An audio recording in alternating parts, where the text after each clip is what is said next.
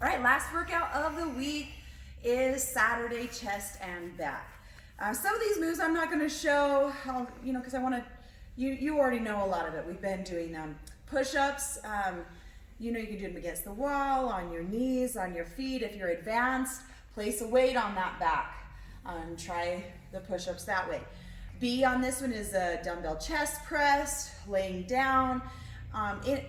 Beginners and intermediates that are doing this at home, if you want to try laying on the ball, I encourage you to do that. If you've been doing chest presses on the floor, try it on the ball where you can work your core and it just advances it a little bit. You can also, on the advanced side of things, if you want to advance your chest press, move to the bar and find your 1 rep max. Have somebody there that can help spot you so you can find your 1 rep max, and then work about 65 to 85% of that 1 rep max is where you want to work on this phase.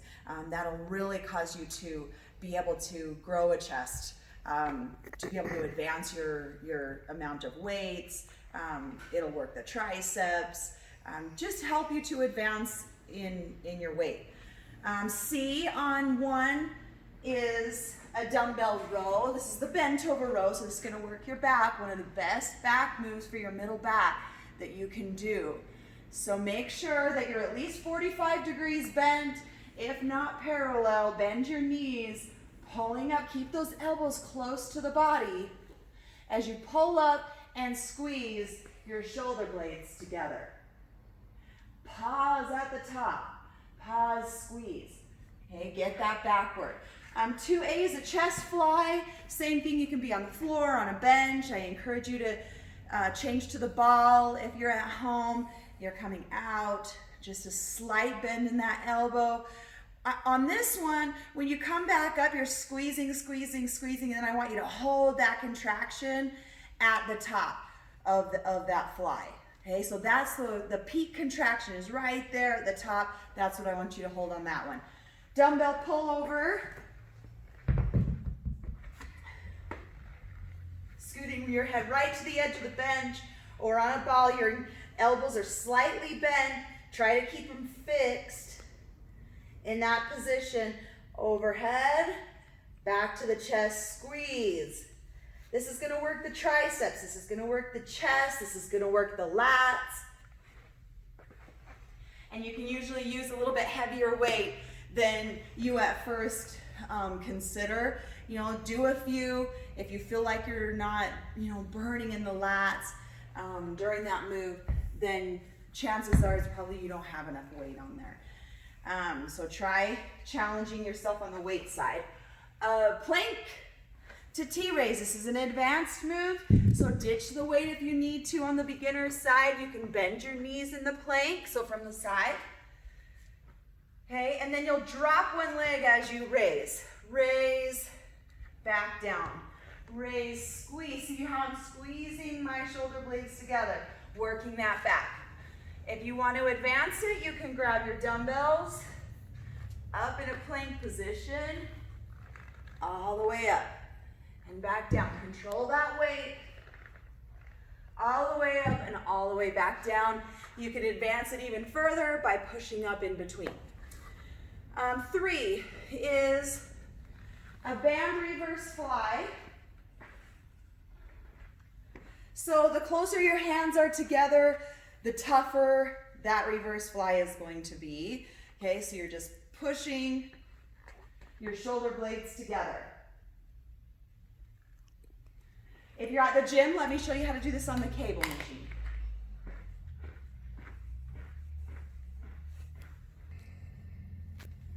Okay, have the arms in a slightly decreased position.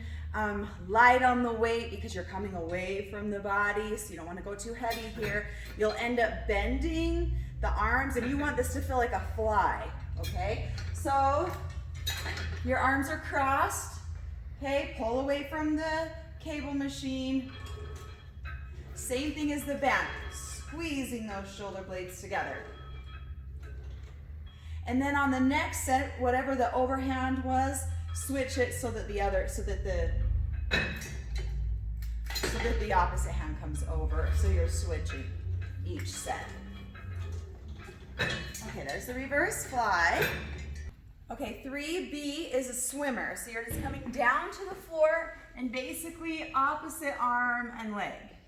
So this is really gonna target along your lower back, upper back, and it doesn't require any equipment. The last one on 3, if you're at home, you're gonna grab your band. It's gonna be the single lat pull down. Obviously, the closer that you grab to the handle, the harder it's gonna be. And then on the cable, set the arm up high.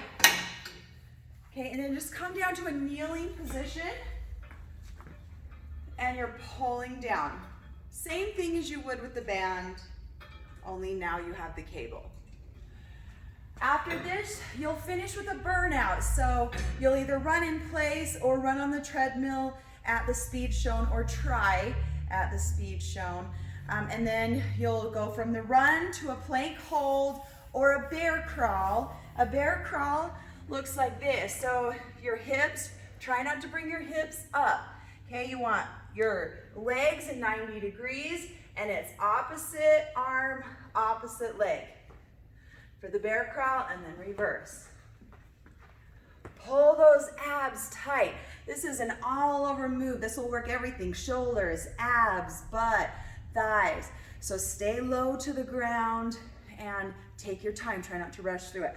Then you'll go back to a run and then you'll end with a plank toe touch. So you're here, toe touching out. Okay, or you can be in modified plank position, same thing, toe touch out. The body saw is on this one, you're in plank and then you walk it back and then back to plank. Walk it back so it feels like an extended plank back to regular plank. Make sure with those planks that your wrist and your shoulder match up, okay? Pull the shoulders back. Okay, pull the abs tight, legs tight, and then find a focal point in front of you rather than below you so that your shoulders don't round. And that's the end of phase 3.